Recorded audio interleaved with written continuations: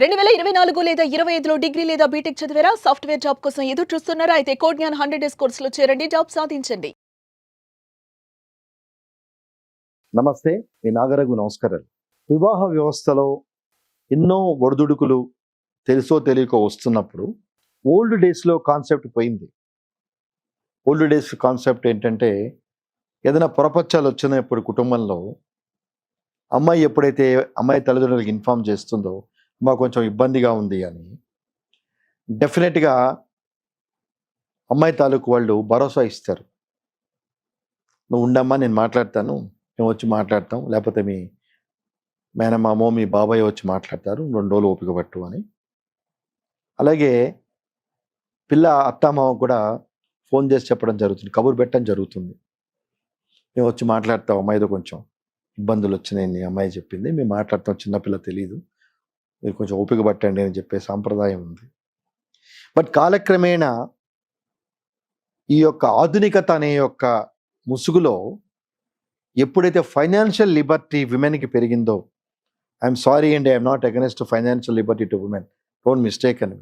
అంటే ఈ యొక్క మార్పులు ఎలా వచ్చినాయని చెప్పటంలో నా ఉద్దేశమే ఈ మాట యూజ్ చేయడం తప్పించి, I'm not at all against to women and their financial prosperity. So ఎప్పుడైతే ఫైనాన్షియల్ స్టెబిలిటీ వచ్చిందో, అమ్మాయే ఉండట్లేదు, కొంచెం ఇబ్బంది కాగానే పుట్టింటికి వెళ్ళిపోవటం, వెళ్ళిన తర్వాత ఇన్ఫార్మ్ చేయటం, చాలా పెక్యులర్ వాతావరణం. దానికి అమ్మాయి పేరెంట్స్ కూడా సపోర్ట్ చేయటం, ఏం కాదు నేను వచ్చాయి తర్వాత చూసుకుందాం. ఎందుకంటే చిన్న ఎగ్జాంపుల్, ఇటీవల వచ్చిన ఒక కేసు, ఒకడే కొడుకు, వాళ్ళు పూజా పునస్కారాలు చేసుకునేవాళ్ళు. తర్వాత 1 month తర్వాత అమ్మాయి చెప్పిందంట, నాకు రాత్రిపూట రోజు తాగే అలవాటు ఉంది అని చెప్పి. ఏంటమ్మా, ముందే మేము చెప్పాం కదా మా ఇల్లు సాంప్రదాయాలు అవన్నీ ఉన్నాయి. లేదంటే నేను ఇంట్లోనే తాగుతాను. నువ్వు తాగు, వద్దని లేదు. ఒక కట్టుబాట్లు అవి, అంటే మాంసం తింటామని పేగులు మెళ్ళ వేసుకోవద్దు.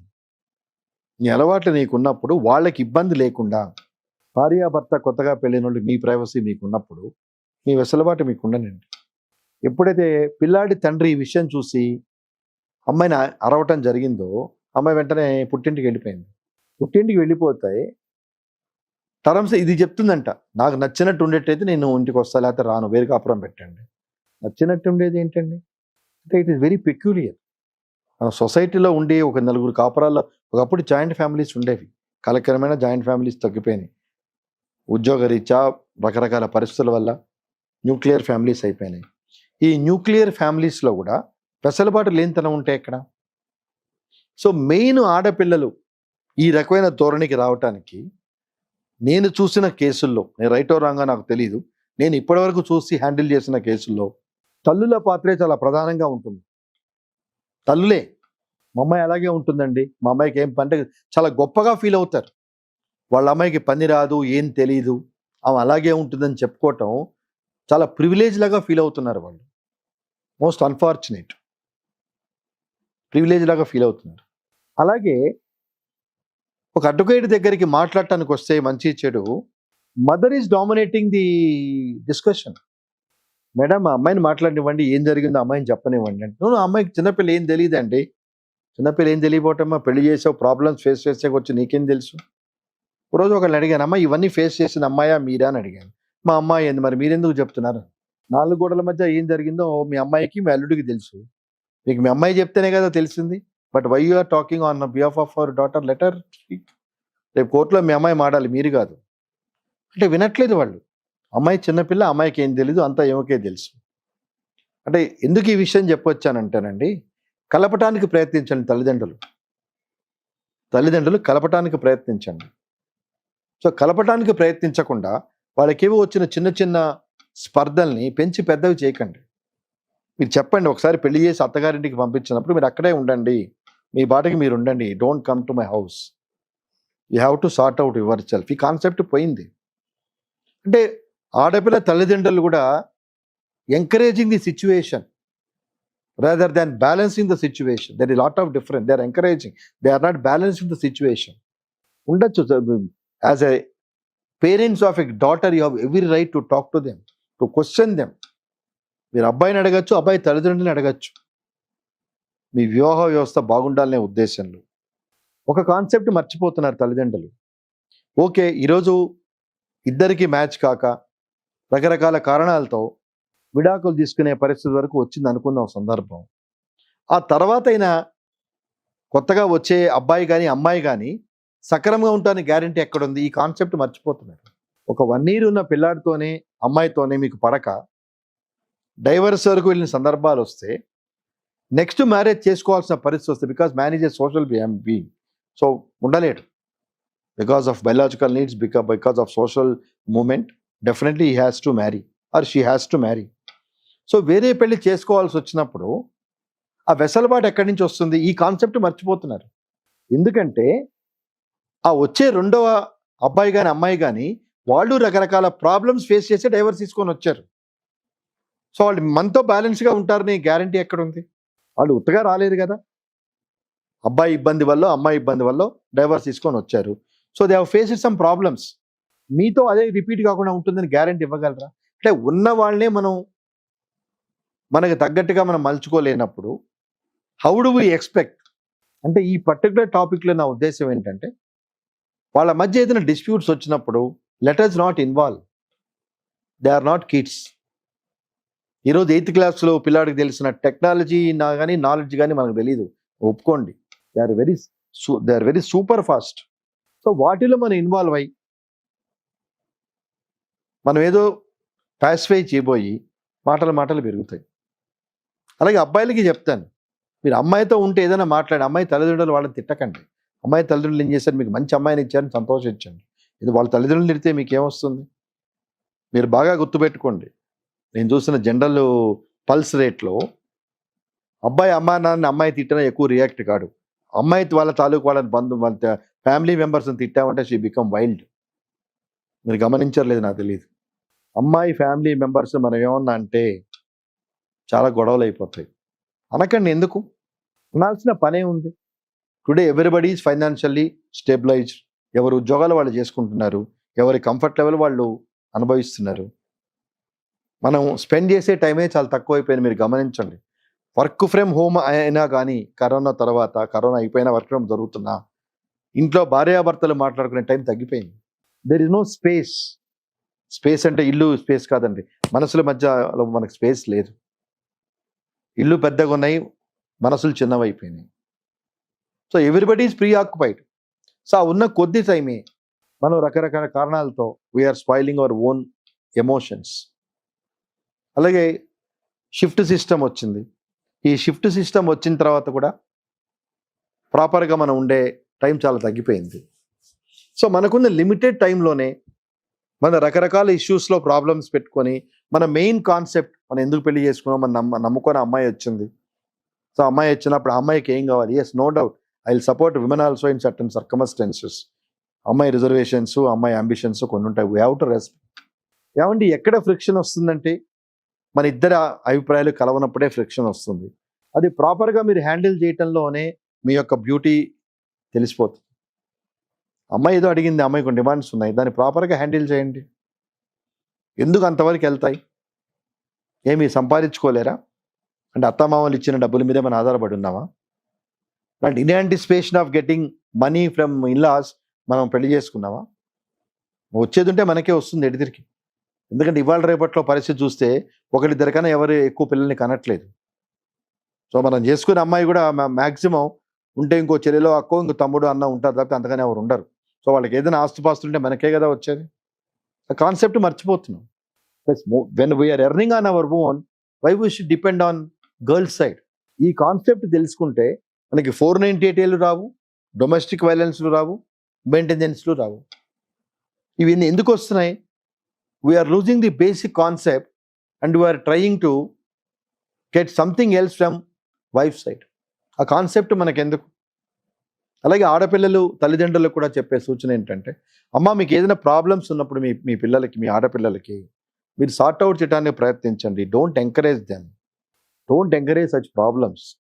మనం పెంచిన గారాబంతోనో రకరకాల కారణాలతో వాళ్ళు కొంచెం అడ్జస్ట్ అవడానికి టైం పట్టచ్చు అత్తగారింట్లో. బట్ మీరు ఎడ్యుకేట్ చేసి చెప్పండి. చిన్నప్పుడు తల్లి దగ్గర కూర్చున్నాం కదా అని పెద్ద అయిన తర్వాత తల్లి దగ్గర కూర్చుంటే లోకం హర్షించరు, ఎంత అమ్మ కొడుకు అయినా కూడా. సో మనకు పిల్లలు ముద్దే. మన అబ్బాయిని చాలామంది చెప్తూ ఉంటారు, నాకు మంచి అల్లుడు దొరికాడు, మా అమ్మాయి ఎలా చెప్తే అలా వింటాడు, నాకు అదృష్టం. కానీ నా కొడుకే ఎదవా, పెళ్ళాం కుంగుబట్టు తిరుగుతాడు అంటారు. What is it mean? నీ అమ్మాయి కాదా? కాదు, ఆ కాన్సెప్ట్లో పోయారు. అందుకే ఇన్ని డౌరీ డెత్లు, burning cases on the pretext of dowry జరుగుతున్నాయి. సో మంచి కుటుంబం, కంఫర్టబుల్గా మనం ఉన్న లైఫ్లో మనందరం ఫ్రీ ఆకుపోయి ఉన్నాం. చేసే చిన్న ఉద్యోగాలైనా పెద్ద ఉద్యోగాలైనా మనకి టైం ఉండట్లేదు. సగం టైం ఈ ట్రాఫిక్లోనే వెళ్ళటం రావటంలో మనకు గడిచిపోతుంది.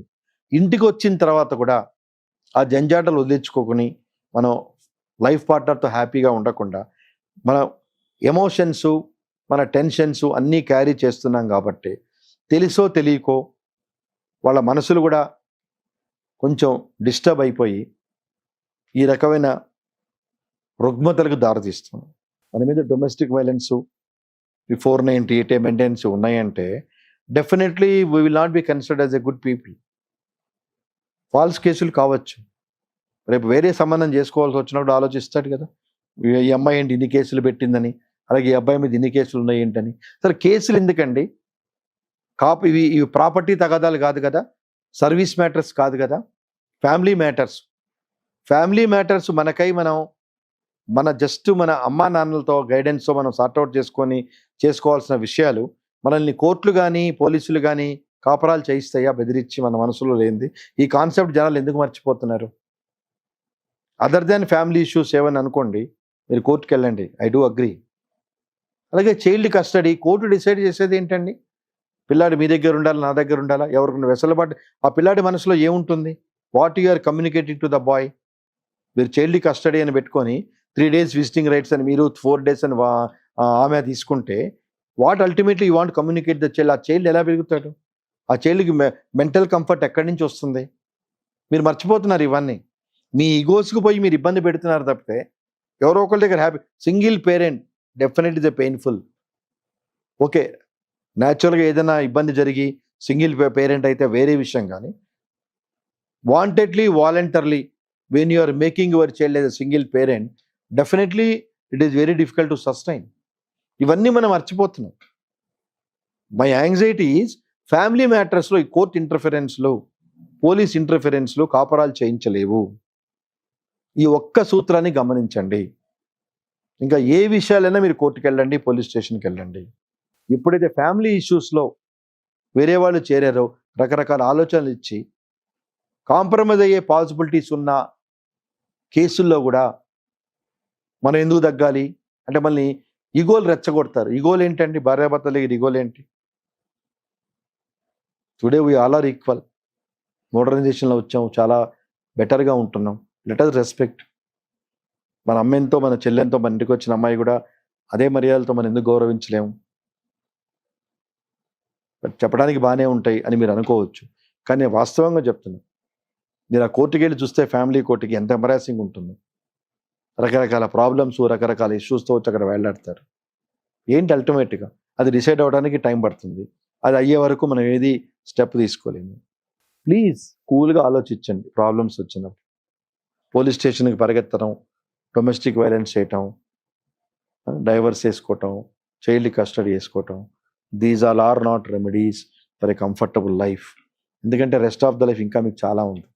ఇప్పుడు 30 ఏళ్ళకే మీరు ఈ కేసులన్నీ వేసుకుంటే ఇంకో 30 ఏళ్ళ జీవితం ఉంది మీకు. ఆ 30 ఏళ్ళ జీవితం ఎలా అడ్జస్ట్ అవుతారు? బాగా గమనించండి. ఈ కేసులు వేసుకునే వాళ్ళ average age 28 to 38. Average age 28 to 38కే మీరు ఫెడప్ అయిపోతే ఈ కేసులతో, ఈ సిస్టంతో, how you can survive the rest of the life? So భగవంతుడు మనకి ఇచ్చిన మంచి అవకాశాన్ని, మంచి కుటుంబ వ్యవస్థని, భారతదేశంలో ఎంతో గౌరవంగా ఉన్న ఈ వ్యవస్థల్ని మనం గౌరవించే ప్రామాణికల్లో వీలైనంత వరకు let us sort out our family disputes among our family members rather than rushing the court. This is my appeal to all my viewers. మన కాపరాన్ని మనల్ని మనం బయట వేసుకోవద్దు. ఎందుకంటే వెరీ రేరుగా ఒకప్పుడు అంటే మా చిన్నప్పుడు రేరుగా చెప్పుకునేవాళ్ళు, బలానా వాళ్ళ అబ్బాయి డైవర్స్ తీసుకున్నాడు, బలానా అమ్మాయి డైవర్స్ తీసుకున్నారని. ఇప్పుడు ప్రతి 5వ ఇంటికి కథ నడుస్తుంది. మీరు ఇప్పుడు చూస్తే ప్రతి 5వ ఇంటికి ఈ ఇష్యూలు నడుస్తుంది. But let us confine, let us handle our own issues among our selfs for good and comfortable life, keeping our future and welfare of our children into consideration, as welfare and interest of the children is paramount interest for any parent. Namaste. Suman టీవీలో మీ personal and business promotions కోసం కింది నెంబర్కి contact చేయండి.